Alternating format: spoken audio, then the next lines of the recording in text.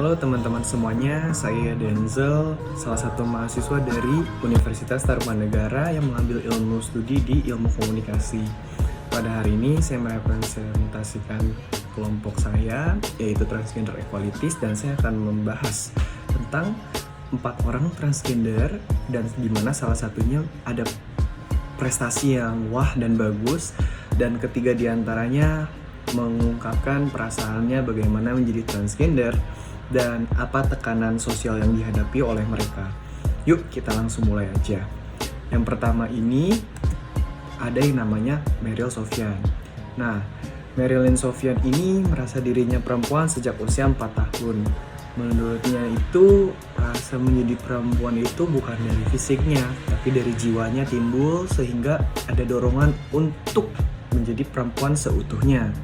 Nah, dari sosok Meryl Sofyan pun dia juga mengalami salah satu mental breakdown banget ya. Kenapa? Karena pertama bisa kehilangan sang ibundanya waktu kuliah di awal semester loh teman-teman. Bayangin aja, pasti rasanya kan ditinggalin sama orang yang disayang, sakit banget ya secara batin. Nah, yang kedua, ayahnya tahu loh ternyata beliau itu seorang waria gitu loh. Itu yang merupakan salah satu konflik juga terhadap Meryl Sofyan beserta ayahnya. Nah, tapi tenang aja kok, Meryl Sofyan itu tangguh, dia terus fight, move on buat hidupnya. Nah, dia itu menjadi Ratu Waria di Bandung di tahun 1995 dan ternyata ayahnya tetap belum bangga sama dia. Kenapa? Karena alasan ayahnya yang selalu berbicara bahwa ya itu kan hanya make up dan riasan, ujar ayahnya. Kamu mah mungkin beruntung saja bisa menang, atau padahal kan itu salah satu suatu prestasi ya. Nah, selanjutnya nggak stop di sana aja dengan orang tuanya tidak bangga, yaitu ayahnya. Di tahun 2002 dia memimpin loh lembaga sosial masyarakat di Malang dan menjadi pilot project nasional untuk sosialisasi HIV. Hebat banget teman-teman. Bayangin, dia jadi pilot project untuk sosialisasi HIV. Padahal yang kita tahu, orang kalau tahu orang lain HIV itu pasti udah males lah, udah nggak mau kasih dukungan, apalagi bergaul, ya udah pasti lu gua. Itu kalau bahasa sehari-harinya. Nah, selanjutnya itu Meryl Sofyan juga berprestasi loh. Dia meluncurkan 3 judul buku seputar menjadi waria. Nah, yang kedua, menjabat Ketua Ikatan Waria di Malang. Nah, ini salah satu prestasi juga menurut saya pribadi. Kenapa? Karena untuk mendapatkan title seperti ini tidak bisa orang sembarangan menurut saya. Karena mungkin ada salah satu pihak yang mensortir apakah dia layak, apakah berdampak baik bagi masyarakat, apakah dia tidak pernah membuat yang aneh-aneh dan sebagainya. Pokoknya dari sisi internal dan eksternal pasti udah deh dipertimbangkan sebelum dia dinobatkan menjadi Ketua Ikatan Waria di Malang. Dan yang terakhir menjadi kandidat Saparina Sadli Award 2012. Hebat banget ya. Nah, dan juga masih banyak lagi. Selanjutnya itu beliau meraih gelar dokter honoris causa di HC dari Northern California di Global University of America sebagai aktivis sosial HIV dan AIDS. Unik kan teman-teman, hebat banget beliau. Nah, selanjutnya ada yang namanya Dorce Gamalama, yang teman-teman pasti tahu dari era sekitar 2000-an lah, udah mulai 2000, 2005 sampai 2010. Beliau tuh syuting TV, ada terkenal juga di TV, dan memang beliau dikenal sebagai perempuan ya. Nah, tapi fakta uniknya adalah Dorce Gamalama ini dulunya mempunyai nama prianya, yaitu Deddy Yuliardi, dan telah melakukan operasi kelamin pada tahun 1985. Wah, 1985 ternyata udah bisa operasi kelamin ya teman-teman. Ya semoga aja nggak kenapa-napa ya sama beliau ya. Sehat selalu untuk beliau. Nah, Dorce Gamalama ini tuh dia baik loh, dan dia sikapnya mulia untuk anak-anak yatim. Kenapa? Dia itu mengasuh sekitar 600 anak yatim piatu di panti asuhan yang didirikannya.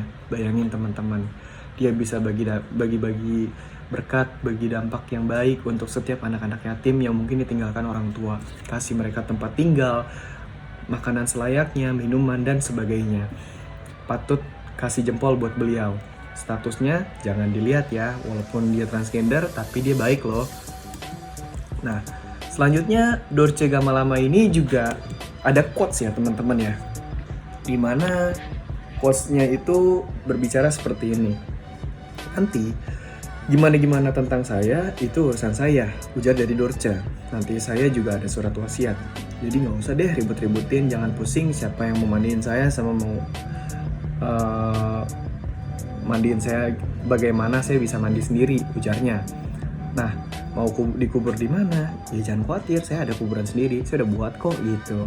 Nah, orang-orang jangan nyinyir deh, kan ada anak-anak saya yang tahu diri saya seperti apa. Saya nggak perlu ragu dan takut, karena saya ada keluarga tersendiri, ujarnya. Nah, itu yang kedua. Dan yang ketiga itu ada yang namanya Melly Bradley. Nah, kalau Melly Bradley ini dia itu sedikit lama ya, benar-benar untuk meyakini bahwa dirinya ngerasa kayak perempuan deh. Jadi waktu di usia 5-6 tahun dia ngerasain tuh di tubuhnya ada yang salah. Kayak it's not the real me gitu. Tapi ya mungkin belum terlalu kelihatan, belum terlalu timbul. Jadi sesuai dengan waktu berjalan dan waktu membuktikan bahwa dirinya tuh merasa perempuan di usianya yang 19 tahun. Nah, Melly Bradley juga rela menghabiskan 500 juta loh teman-teman untuk melakukan operasi di Thailand. Melly juga sudah melakukan operasi pergantian kelamin. Nah, untuk Melly Bradley ini tuh dia juga ada quotes nih teman-teman. Aku lebih bahagia, lebih merasa kalau aku ini di Indonesia dipandang orang sebelah mata. Kalau jalan di luar sih ya dia biasa aja, ujarnya, karena kan mereka nggak tahu gitu. Nah, nyangkanya dia merasa ya dirinya hanya wanita biasa, tapi ada juga yang tahu ya diam aja. Ada yang ngeliatin dan bingung antara dia wanita atau bukan, ya dia sih cuek aja. Wah, dia easy going ya, nggak mau pusing ya, hebat juga sih. Nah, yang terakhir ini, yang keempat, ada yang namanya Ajeng Mulia Gantini. Nah, dia itu lahir 28 Desember 1983 dengan nama aslinya Raden Maulana Mahmudin. Merasa mengalami perang batin sejak duduk di bangku SMP nih teman-teman. Nah, meski sangat menginginkan operasi pergantian kelamin, Ajeng tidak melakukannya loh. Kenapa? Karena pacarnya tidak mengizinkan dirinya untuk berubah kelaminnya dari pria menjadi perempuan. Nah, ada quotes juga dari Kak Ajeng di mana kita ini perempuan sebetulnya di badan yang salah. Nah, ini kadang kalau ngelihat, maaf ya teman-teman, kelaminnya sendiri dia merasa malu. Ya kan aku juga pengen jadi ibarat kata perempuan seutuhnya. Ya bagaimana lah, cuman karena perang batin ya akhirnya aku berdamai deh sama diriku sendiri. Toh pecinta waria, orang hidup sama waria rata-rata walau di luar negeri itu waria yang punya, maaf teman-teman, penis. Orang luar malah nggak kepengen dioperasi kelamin gitu loh. Ya udah, ya lu apa adanya aja, kurang lebih seperti itu. Nah teman-teman, itulah keempat waria atau transgender di Indonesia yang beberapa diantaranya itu ada yang berprestasi dan juga mereka mengutarakan perasaannya karena bagaimana sih tekanan sosial dari masyarakat, apa pandangan masyarakat, dan hal inilah yang memang belum bisa ditolerir gitu loh. Nah, maka dari itu, pesan terakhir yang bisa saya sampaikan, mewakili tim saya, Transgender Equalities, kami menganut equalities, yaitu kesetaraan untuk setiap suku, agama, ras. Dimana mau dia transgender, mau beda kulit, mau apapun itu perbedaan, kita harus junjung tinggi. Karena kita merupakan negara dengan ideologi Pancasila, teman-teman. Jadi teman-teman, yuk kita dukung satu sama lain, tetap baik sama sesama, jangan ada yang ledek-ledek, jangan ada yang bully-bully. Kita harus benar-benar bisa jadi berkat dimanapun kita berada. Terima kasih teman-teman. Saya mohon maaf juga apabila ada salah kata. Saya Denzel Obaja, izin pamit.